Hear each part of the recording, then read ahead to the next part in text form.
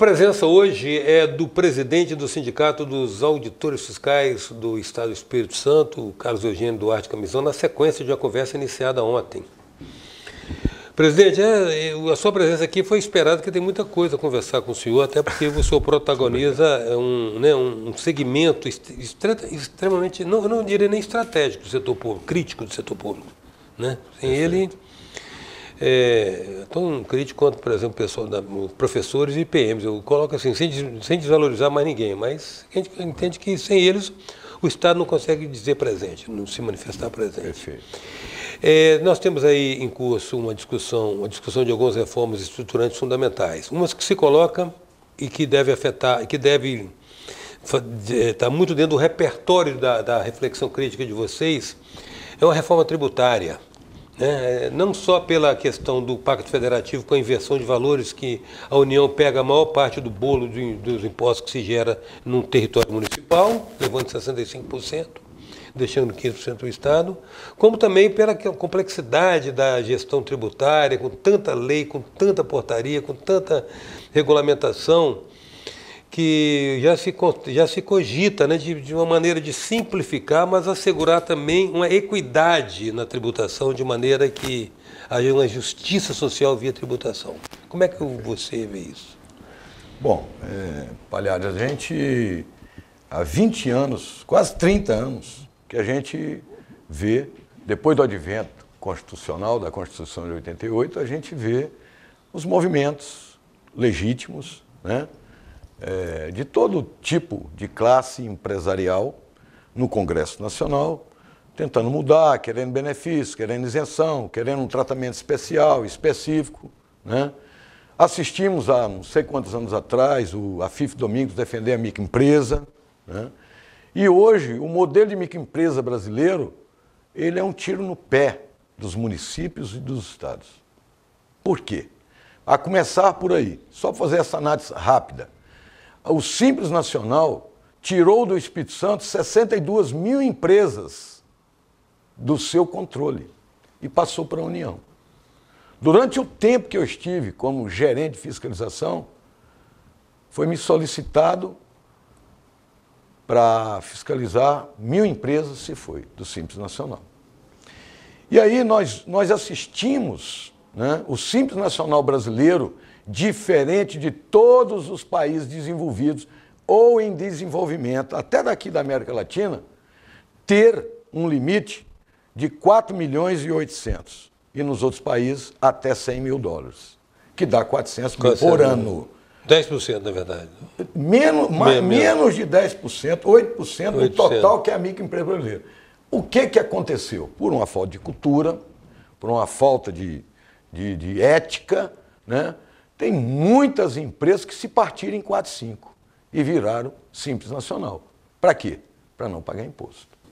Entendeu? Uhum. Então, além de quebrar o Pacto Federativo, que ao tirar da fiscalização do Estado do Espírito Santo essas 62 mil empresas e botar na União, para a União fazer a repartição, você está centralizando, que vai contra o Pacto Federativo.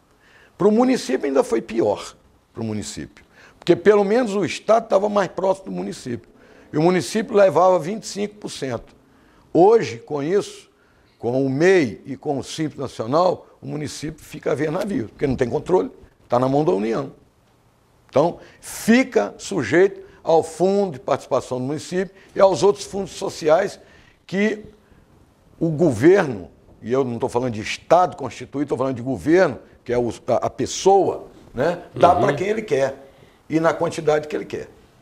Né? Então, isso é um problema da nossa questão. Então, durante todos esses anos, nós, auditores, estamos assistindo isso.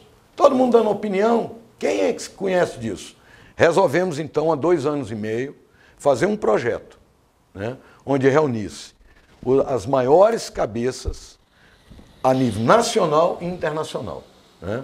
Está assessorando o trabalho, assessorou o trabalho, os acadêmicos mais famosos, as universidades mais famosas do Brasil. São 42 profissionais da área de economia e tributação, professores, mestres, doutores, tá? Mais 2 economistas internacionais, um inclusive é aluno do outro, né, na área de mestrado e doutorado, que é o Thomas Piketty. Thomas Piketty, então, coordena esse trabalho e nós, fruto de um diagnóstico de 804 páginas, nós tiramos uma reforma tributária que nós entendemos que tem que ser feita, né? E ela caminha em que sentido? Inverter a matriz tributária brasileira. Esse é o problema da tributação brasileira. O consumo no Brasil é carregado de 56% de carga tributária e a renda de 22% em média. Nos países desenvolvidos, nos países, né, da Europa, América do Norte, Canadá, Austrália, Japão, enfim, todos os países desenvolvidos, já ditos desenvolvidos, né, isso é o contrário. Na renda, e aí eu estou falando o seguinte, né, por que o Brasil a renda é 22%? Porque lucros e dividendos de bancos e empresas são isentos de impostos. Então, um empresário, um banqueiro, pode colocar um prolabore de 5 mil, pagar imposto sobre 5 mil, imposto de renda, mas no final do ano ele tem um lucro de 50 milhões. Ele enfia no bolso. Pagou quanto de imposto? Nada. E aí, o Thomas Piketty e o Mark Morgan e os professores Fayani e tal questionam por que só o Brasil e Estônia têm essa isenção. Será que eles estão certos ou o resto do mundo está errado? Por que o Brasil e a Estônia isentam grandes heranças, grandes fortunas e grandes patrimônios? Vamos fazer uma pausa que no próximo bloco você vai explicar por quê. Tá. A nossa conversa hoje é com o presidente dos Sindicatos Auditores Fiscais do Estado do Espírito Santo, Carlos Eugênio Duarte Camizão. Voltamos já. Não saia daí.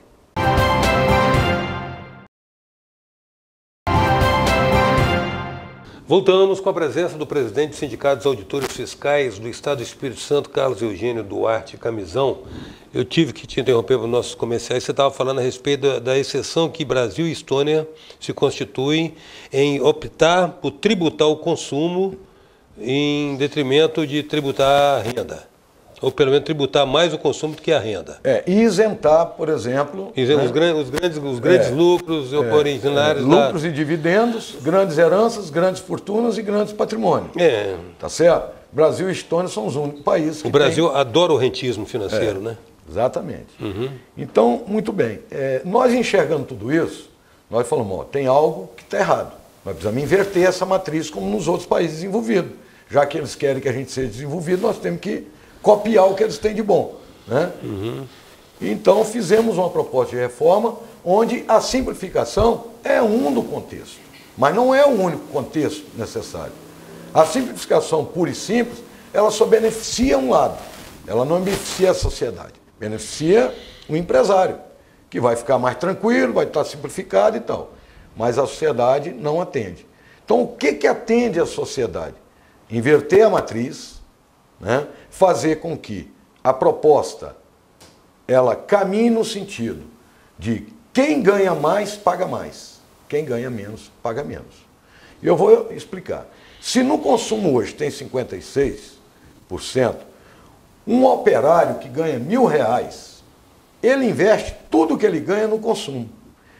Então ele tem 56% de sua renda. R$560 ele está pagando de imposto. 560 está comprometido no consumo.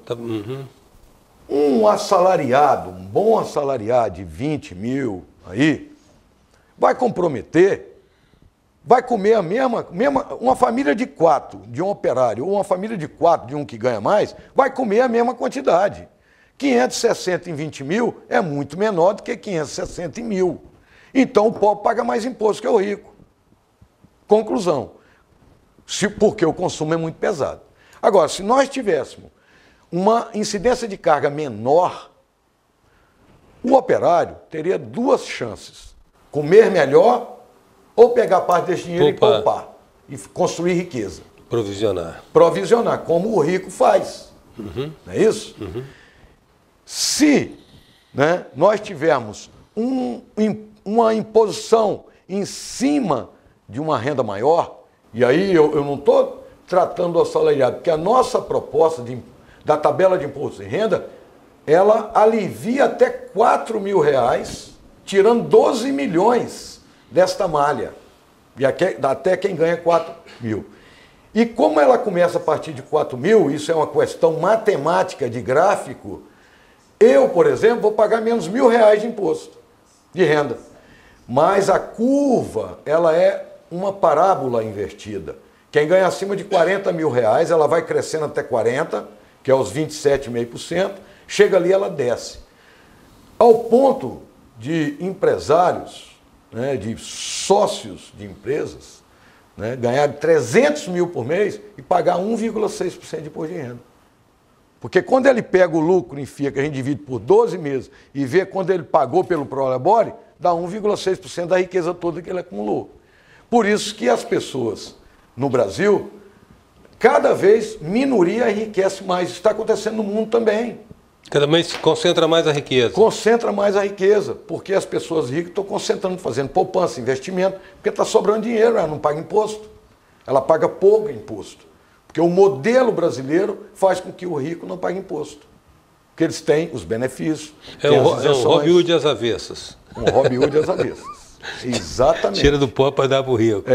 Então, a reforma tributária proposta, né, ela inverte a matriz, simplifica 7 impostos em um, tá? Separa e identifica o imposto que causa impacto na vida das pessoas, que é o imposto ambiental, né? Seja ele bebida, cigarro ou que ofende ao meio ambiente, e taxa ele especificamente, né? Traz a taxação de pessoas que, de uma forma ou de outra, que hoje são isentas de... acaba com a isenção de lucro e dividendo, acaba com a isenção de grandes fortunas e grandes patrimônios. Vão ter que pagar imposto. Tá? Eu, sinceramente, gostaria de pagar R$100 mil de imposto. Que eu estaria ganhando R$1 milhão. Claro. Né? Então eu ainda ficaria com 900 mil. Mas assim, a cultura brasileira, às vezes, não pensa dessa maneira. Né? E nós precisamos saber que o imposto, ele é uma obrigação cidadã. Fala-se muito dos Estados Unidos, né? Mas se um vizinho seu souber que você sonegou $1 de imposto, ele vai lá e te denuncia. Ou então te repreende energicamente. Energicamente. Então, nós temos que pensar, né, sobre isso. A reforma tributária solidária está na plataforma politicosocial.com.br. E as pessoas precisam, lá tem 3 compêndios. Um é o diagnóstico, que vai, assim, surpreender muita gente, que acha que a gente paga imposto. Tá?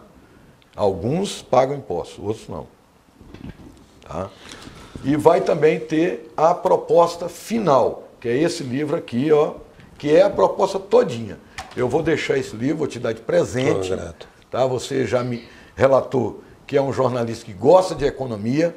Aqui tem dados econômicos fantásticos, construídos, não por mim, né, que sou um iniciante nessa matéria, mas por mestres e doutores do mundo inteiro que fizeram do Brasil e do mundo. Obrigado, Carlos. Eu quero agradecer muito a sua presença aqui nesses dois dias de conversa e quero me programar com você para uma terceira entrevista tratando especificamente da reforma da Previdência. Perfeitamente. A categoria tem posicionamentos claros com relação a isso e é o que me parece sustentado não por opiniões, mas opiniões calçadas em números. Isso. Então eu entendo que num outro momento, então eu gostaria de ter sua presença aqui. Perfeitamente, nós estamos à disposição, agradecemos a oportunidade e nós somos servidores públicos, somos servidores da sociedade. Todo e qualquer assunto que você quiser tratar da nossa área, informações que a sociedade tiver que ter, nós estaremos sempre aqui à disposição. Eu fico grato por isso. Hoje a presença do presidente do Sindicato dos Auditores Fiscais do Estado do Espírito Santo, Carlos Eugênio Duarte Camizão. Até já.